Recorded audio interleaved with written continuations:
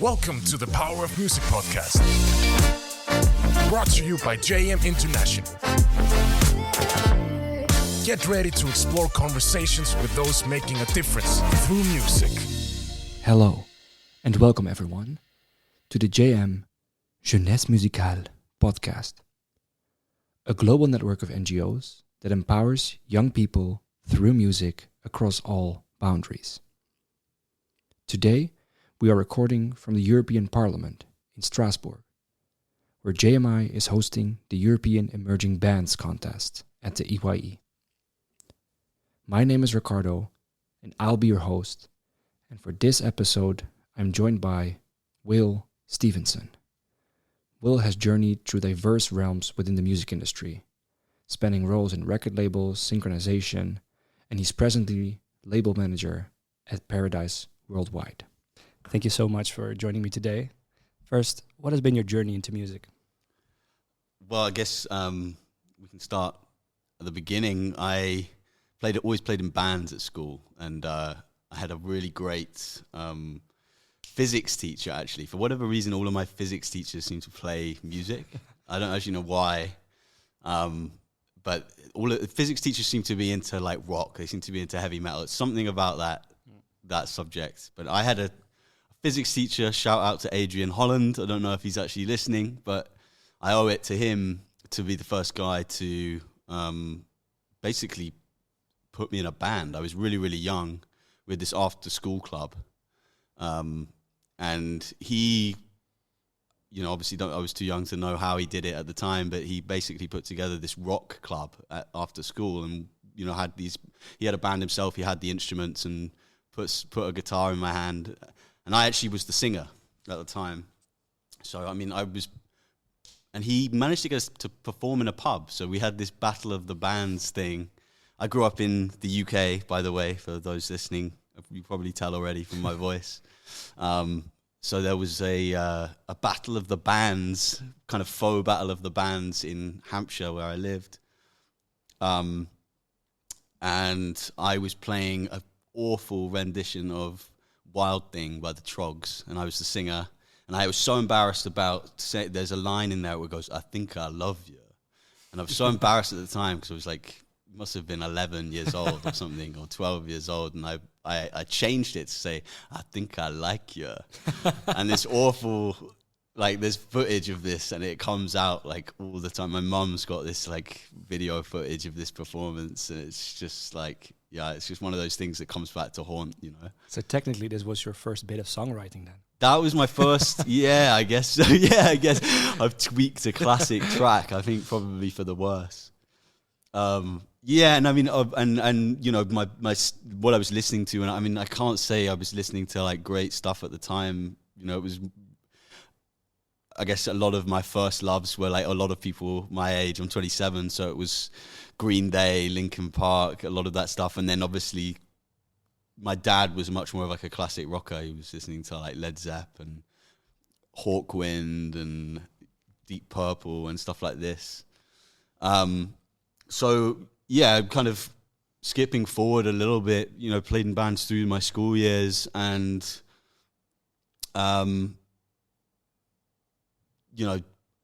wasn't actually going to do, I was actually always more of a science guy. I wasn't going to do music as a career. It was never actually one of those things it was always one of those I don't know if it's the right phrase, but kind of pipe dreams. It was always one of those things that felt so great, but not feasible for me. And I didn't actually grow up in a place where there's a lot of creative people. It was a lot of it's kind of old people and quite straight edge people. It wasn't a lot of artists around or anything like this. It was countryside town.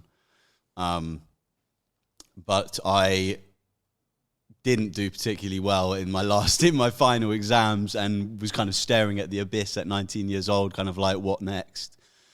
And it was kind of I always wanted to do music. I should give this a shot, but I really didn't have any knowledge or training or didn't know how to produce. I know people that I met, very shortly after that time who were already super skilled producers. They could make 5-minute beats and better producers than a lot of people I meet now. They could just, because I think a lot of people get access to digital audio workstations, like Pro Tools or GarageBand or Logic or whatever, like super early now. So you get like even by 19, you've got super talented people. I was not one of those people, but I needed to put together a track. So I decided, right, okay, I don't know that many people, that many like artists. How am I going to get into music? And you've got to know people. That was what, like, a lot of people that I was talking to, they're like, it's all about your network. It's all about who you know. So I didn't know anyone. So I was like, okay, well, if I'm going to meet some people, I guess the best way is to go and study a course. And I tried a bunch, and, there's lots of different types, but I wasn't sure which area of music I wanted to get into, actually. I thought maybe production might, even though I had no expertise in it, I had a romantic notion of it, and I had no idea at the time how many like ways of working in music there were. You kind of think at that time, before you get into music, that there's like an artist, there's a producer, there's a label. That's about it, really. You don't really think about anything else. And obviously that, how wrong I was.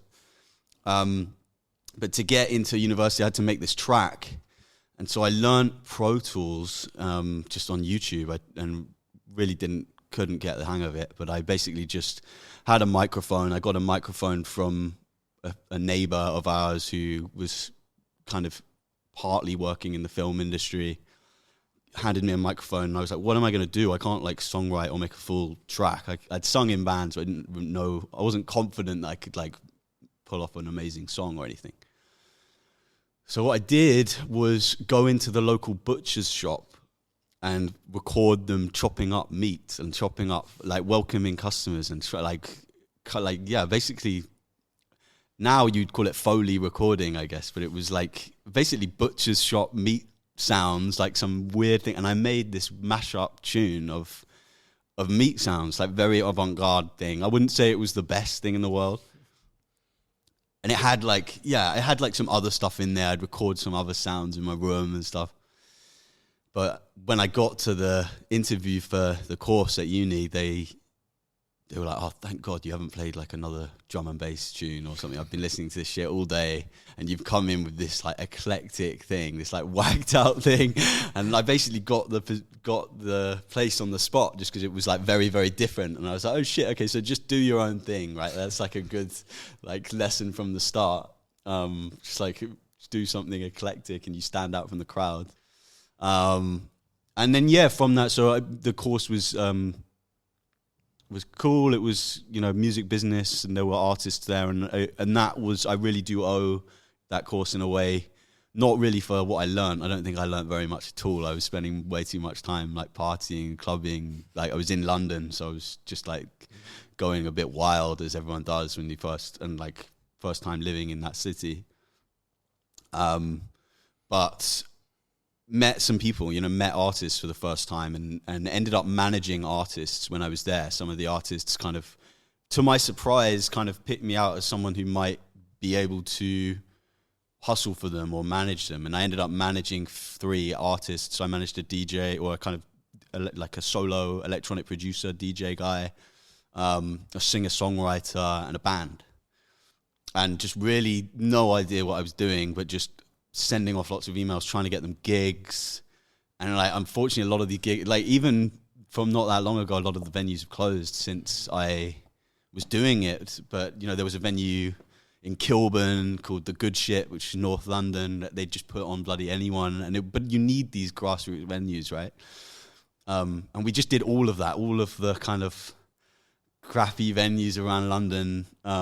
Well, not crappy venues. They've got a charm to them, actually. I don't want to say the crappy venues, but like, the sound systems are like so old. Like one of them, there's one called the Water Rats in London. I think even like, I don't know if it's a myth, but people say that Bob Dylan even played there like back in the day. And it's got like some shaky ass ventilation system on the roof. It's like you hit the snare drum and the whole room just shakes. Like you can't hear a bloody thing. But that was a really good like learning curve for me, just trying to like, I didn't know that I wanted to be a manager or anything like this, but I wanted an excuse to just go out and speak to people and hustle for people. And that's what I did. I had no idea, just being like, right, okay, I need a promoter, I need a booking agent. I need to get some shows. How do I break a band? And yeah, I don't, I wouldn't say I was the best manager in the world, but it was what it was at the time. And you kind of figure things out at the beginning. I think, I'm not a manager anymore. I think it was tough because I kind of realized that you can't, you don't have to, but I think it became apparent to me that there has to be some investment from somewhere, and it definitely wasn't coming from me at the time with my student loan and like waitering jobs and things. So from there I managed to get a internship, unpaid, I should say, which was great. I mean, but I was working unpaid, but it was a long time, and I think a lot of people, it's tough that has to be the way into music. The fact that you have to be a student, because I could only do that. You either have to be from a relatively well-off middle-class background, which, to be fair, I am, or or you're a student and you have the grants. But if you're not either of those, to actually expect people to make it into music on unpaid internships is insane. So it is what it is. I did it for a long time, and I don't regret it, and I love that label, and I had an amazing time and met great people, and actually, but I wasn't sure working at a label was for me. And I think we both have that in common. As in, we both worked on the record label side of the industry for quite some time. And for myself personally, I always felt that I could never had a real impact there, or not as much as I would like to be for some reason. So after you left that kind of field of the music industry, what happened? After that, a friend of mine's girlfriend, I met her in the pub. This again is why it's always who you know, and was working for a company called Q Songs, which was set up by Peter Gabriel as a way to leverage his back catalogue. And it was really the first music licensing platform for commercial music, for YouTube, in particular for user-generated content. For commercial, a lot of that the only people really that had been doing that before were production music libraries. But I had no idea what sync licensing even was, or that I'd never really heard of it. Despite having done a music course, they'd probably told us, but I hadn't paid attention. Maybe that course was in the morning. Yeah, exactly. Yeah, it was in the morning. And yeah, that was really the first proper job, and I loved it, and I've learned a huge amount. And it was just kind of a few of us in a room, and I was kind of quite quickly into that. It became clear that I was more on the music side than the client, the advertising agencies and the more businessy side. I was more of the music lover, more of the crate digger, more of the people that were going to sign the labels, speak to the artists, someone that could speak to the artists. And so that's what I was doing for quite a long time. And then in 2020, Q Songs got acquired by a company called Song Trader. And so we became a part of a much bigger beast. And I kind of continued doing what I was doing, but I picked up a lot of new experiences because Song Trader was doing other services like distribution. They have a DIY distribution offering. They were also doing a kind of neighboring rights collection, which they did for some quite big composers like Danny Elfman. Well, they still do, I think. And so, and a really cool, quite exciting product called Pretzel, which was one of the first technologies to monetize Twitch live streams. So there was quite a lot of things, and I kind of managed to situate myself in a place that I kind of covered all those bases and learned everything. And that's, for me, that's always been the most important thing, is that I feel like I'm still learning. But it kind of, after a bit, I realized that sync licensing wasn't necessarily the thing I was most enthusiastic about. It's so great financially if you get a sync license for artists, but it is so competitive, and often is quite demoralizing. It can feel like you're pitching into the abyss and just hoping, and you might not hear back for months, and then until you realize you get something. And then, so I was looking for something else, and obviously then at that point the pandemic hit, and we were kind of all stuck in our houses, and not much was going on, and I made the decision that I wanted, as soon as this thing was over, that I wanted to move cities. I wanted to leave London. Obviously Brexit was happening at the same time, so it was a huge mashup of different things happening. And Berlin was the obvious choice. I was like, you know, such an amazing music scene. It's, you know, what I did want to immerse myself in a new culture. I did want to learn a new language, but at the same time, they do speak English there. It's close to home. And so I just, as soon as the pandemic was over, I left and went to Berlin. You only get 3 months now from the UK because of Brexit. Thank you, Brexit. So got 3 months and just loved the city. I knew I'd love it. And I met the founder and CEO of the company where I'm working now when I was there, which is called Paradise Worldwide. And essentially, kind of felt that this was the right move, and it was a new area of music distribution. And that's where I am now. I managed to make the plunge, managed to navigate the German bureaucracy, get a visa, and essentially now I'm working as a label manager at Paradise Worldwide. And we, as I already said, do digital distribution. We do complete rights collection. So we, you know, similar to my previous experience at Songtrader, we collect neighboring rights in-house. We have a publishing department. We're also working in the Web3 space, NFT space, which, you know, you can feel one way or the other about. It's a polarizing topic. And I'm just enjoying it. You know, I've learned a huge amount, and I'm kind of enjoying working in much more on the day-to-day development of artists and trying to kind of develop them from there. So, summary from the local Battle of the Bands, now speaking about music rights at the European Emerging Band Contest. Yeah, that's right. That's right. Interesting story. So you just gave a very interesting workshop, mostly about for independent artists, how to make sure that we can capitalize or monetize your work the best. Can you do a brief, short summary of the workshop? Or maybe it starts with music rights. Absolutely, yeah. So the workshop was called Know Your Rights. And I guess really what it came down to is we were trying to stress a lot of the artists, you know, some really great independent young artists at this conference. What we were trying to stress is the value of independence today and how many ways you can succeed without having the traditional infrastructures. And obviously that drum has been banged or whatever like many times, but I think we were trying to come at it from a slightly different angle, and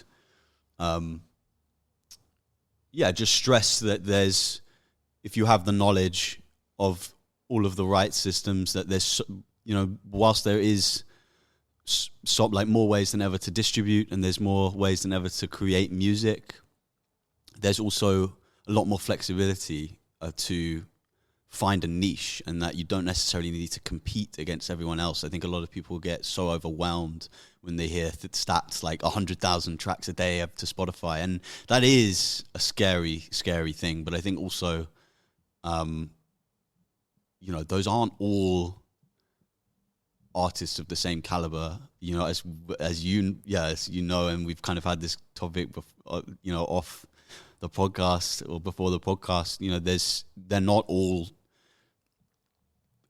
entrepreneurial independent artists, and I think independent artists that do understand what a master right is, what a publishing right is, what mechanicals are, neighboring rights, what sync licensing is, how you can monetize on YouTube even, because you can, you know, there's all these avenues, and the Web3 space, all of these things where you can access fans and even a smaller pool of fans and monetize and claim your rights, your royalties efficiently, I guess, you know, rather than kind of relying on huge numbers of streams and having a lot of people taking a cut along the chain, which is often the normal way about it. You might have like a label, a distributor, you've got a manager, you've got people all taking a cut along the chain. The distributor might have an aggregator in the middle. You've got all of these things. Multiple PROs, publishers, sub-publishers, everyone's taking a cut, and by the time it comes to the artist, it's like they're like, oh, but streaming doesn't make any money, and you're like, that's true, it's not, maybe not as much per stream, we're talking 0.001 or more than not that, like pennies per stream. But if you can claim 100% of that, that can be pretty decent, actually. You know, there's not like, but the only way that's going to happen is if you understand what you're doing and you've got the right team. So maybe let's start with the first step, distribution. So this is for people that are independent or want to remain independent. They would go to a distributor. What does a distributor actually do? Yeah, so distributors fundamentally, in the name, distribute the music. They provide the pipes to get the music out into the world. So this means I cannot just put it on Spotify myself? No. Okay. No. There are platforms, like I know TikTok has introduced sound on. There are platforms that are trying to introduce this model. I can't say how well done how good a job they do, and obviously the emphasis for those guys, and obviously SoundCloud's got their own as well, but the emphasis is always going to be on their own platform, right? There's a bias, but that's a good point in that, you know, distributors now come in so many forms. This is kind of what I was talking about in the panel, that, you know, you have these open gate DIY distributors that most people are familiar with, where you pay per release and you get your music out there. And you have the more kind of selective major and indie distributors who have their own teams that sign promising talent or promising labels or already established labels and established talent. And many of them now are doing so many different things, because it's not just providing the pipes to get it out there. They've got their own marketing teams. They might even have their own publishing teams. Some of them collect neighboring rights. It's many different forms. So that was another thing that I wanted to stress in the talk, was just to kind of make sure that the artists understand what they're signing up for, what the distributor is doing for them, and not kind of expecting that those things are a given, you know. A bit of a tricky question, but if there's independent artists listening right now, or just artists in general, how do you make the decision between going for a do-it-yourself like TuneCore or DistroKid, or go to a more, something like Paradise, or actually try to find a label, whether that's an independent label or a major label? How do you decide? It's a tricky question. That's a tricky question, and, you know, I'm not going to say artists always have the choice, but obviously, you know, there are going to be labels that fit a sound, and I think it is really about knowing what your strengths are. You know, I can't stress enough that DIY does mean DIY. You have to do all of the rest of it yourself. You know, even when they say, you've got to bear in mind there's so many artists going through the distros, that even when they say they might doing something for it, you can't expect that service to necessarily be as effective as going to like a boutique or a well-established service that does only that, rather than all of these things, right? So that's super important. But like I say, you know, if you are confident doing a lot of stuff yourself and you're super entrepreneurial, sometimes doing a DIY, being a DIY artist can make sense. You know, I mentioned in the panel before that Chance the Rapper, who I think was doing a DIY deal for a long time, and well, I don't know if he still is, but he managed. Obviously, his Chance the Rapper did so well. I don't know whether he started out on that, but there are definitely cases there might be better examples than that of artists that have done really well because they can hustle, they can do social media particularly well. They might have a big following on TikTok or Instagram, and they can reach an audience. But I think you have to look at yourself objectively, and if that's not you as an artist, and maybe you do some stuff well. I mean, obviously you're doing the music creation bit well, but what else are you doing well? Are you good at visual assets, or are you good at like all of these things? Like, are you good at promoting yourself? You just that's the kind of question to think about when you're going to choose a distributor. And so when a lot of these more selective distributors are going to be providing that extra framework, so they might provide the PR or the marketing, usually the digital marketing side, the social media advertising, Google AdWords, things like this. And obviously the playlist plugging and stuff, like the DIYs usually aren't doing that. On the label side, that's, a lot of the stuff that comes around just the releases now, it's like you kind of want to become part of a wider roster. Are there other artists in the roster similar to you? Are you looking to kind of support them on shows? There's kind of the stuff outside of just the streaming element that labels can help with as well. More just kind of you're entering a network and a family, and hopefully the label name carries some weight. If the label name doesn't carry weight itself, then you need to make sure that the services they're offering for you kind of add up, right? Because you might well find that if the label name doesn't carry enough weight itself to kind of pull people to you, then it might be better to go directly to a distributor. Yeah. And then I assume in terms of split, the biggest difference is do DIY. You just most of the time play a flat fee. If you go to a service like Paradise, you will sign a royalty distribution contract, Absolutely. but you keep the rights. You sign to a label, independent. Yeah. Somewhat fair split. You go to a major, you lose most. Exactly that. So working with distributors directly, you keep your master rights. On the DIYs, you pay per release, as you said. And sometimes that's for 100% of your royalties. Sometimes you might pay less of a fee and get like a real small percentage, like 5% or something, like royalty split. And then for the independents or the major distributors, you'll be sharing a revenue. You'll be splitting a revenue stream. So the success of the artist is also the success of the distributor. They have incentive to see you succeed because it's also more money for them. And you don't have that where you're paying for a release. If you're paying, and that goes for anything. Just by the way, there's services that like make you pay for sync licensing up front. It's like, well, why would I pay you to get me syncs when I've paid you, you've got your money. You don't need to get me syncs because that's your income. So that, you should be wary about paying for anything because you always want people to be working for you. Yeah, and of course, there's, I think, a tendency when it comes to creativity. People say, yeah, but this is my creation, my creativity, and I don't want to give away any of the rights, and it feels as people taking your baby. But, the flip side is that in any other field, whether it's just, VC firms investing in startups that are also the babies of the entrepreneurs, it's just very common that you give away part of your shares to the investor. Exactly. And that's really important to be like realistic of, because there's all of this talk about the value of independence, and there is such value of independence, but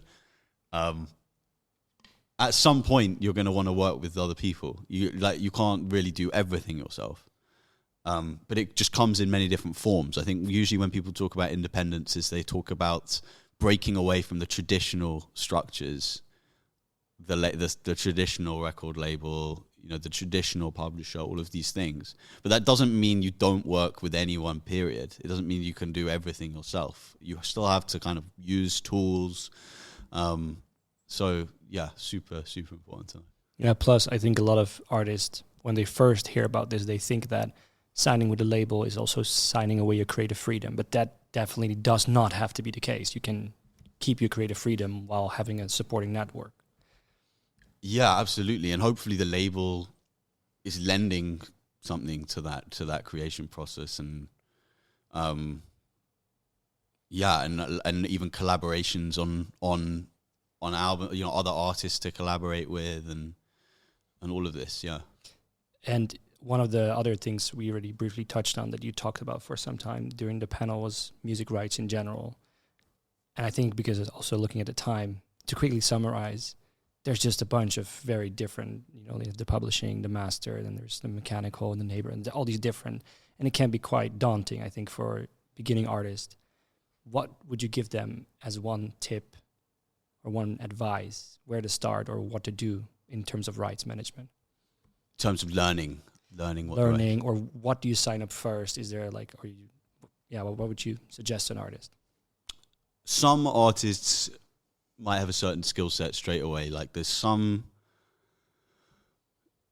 like I say, it doesn't have to be making 1 million monthly streams on Spotify. There's ways of being an artist today which can even be more lucrative than that don't rely on that. So that, some artists might have a particular knack for songwriting or for making music for TV. And in those instances, the first step that you probably want to do is look on the publishing side, look at which other, and even for song plugging or for getting your tracks played by other artists, but also for creating music for TV or for things. And a lot of that you would probably want to be looking at music publishers and looking at teams that can help get you into those spaces. For other kinds of artists, for artists that are look more on this kind of performance and more on the streaming route, obviously you're looking at labels and you're looking at distributors. And I think what we kind of talked about, which one you choose depends on your strengths. But I mean, in terms of rights, every single person should be signing up to a PRO straight away. Like whether you're signing up to PRS or whether you're signing up to Gamma, like those are royalties that you'll get, whatever. That's absolutely the first step. And after that, I think you decide your wider infrastructure, what you necessarily need. Like, do you need shows? Do you need a booking agent? Do you need a label? Do you go straight to a distributor? And it's not always the same order for every person, I don't think. No, exactly. And I also think it's not as hard as it seems. Just register. Yeah, exactly. Do a bit of the paperwork, and you have to look and read a few articles maybe, but... Just read the termination clauses. Yeah, exactly. Make sure that you know how you can get out of the thing. Because obviously there's always some snaky clauses in some of these things where you might be stuck in something that you didn't necessarily realize. And that's why it's so important to do your homework. Looking at the emerging field of the industry and independent artists and labels and distributors, or just music in general, what are you most excited about? There's some amazing music today. I think a lot of people, my dad's always whining about like how there's not any stadium rock bands anymore. There's not any it's only the Foo Fighters. There's no like who can fill a stadium now? And I'm like, well, that's probably true, but because a lot of them it's like older cats, right? But maybe that's just because they haven't been given a shot. Those guys are so established, and the people when putting on big tours now, people get cold feet putting on new acts. There's so much money in these tours now. But the music, for me, it's the average music fan now is got such an eclectic taste. You don't get tribes like you used to. You don't get punk heads or just electronic heads or just everyone's listening to everything. And that excites me a lot. And on the technology side, I think we're seeing a lot of innovation about closing the gap between the artist and the fans, and I think that is also super exciting. I think there's such a disconnection we all kind of feel in this like online world. There's not like that. We're craving connection all the time. It's such a lonely world, and anything that we can do to humanize that and make it have actual connections closer between the artist and the fan, and in all other kinds of ways, I think is a good thing. Yeah. if people want to look up Paradise Worldwide or want to connect with you directly, even, where can they find Paradise? Where can they find you? Sure, it's paradise-worldwide.com. And you can add me on LinkedIn. My name is Will Stephenson. I'm label manager at Paradise Worldwide. As always, last question. What is the power of music? The power of music. Very, very deep question. For me, it kind of goes to, there's still a debate about whether music or language came first. Which one comes first? I like to believe that music came first, that it was sounds, and that language came out of music. And so we're talking about something that's so primitive and core to who we are as humans. It's one of the things that is the only things that's universal. Any single person that you speak to likes music in some way, even if you think their music taste is crap. They still like music. It still resonates with them. They're still going to find something about music that makes sense. And it's something that nobody can explain.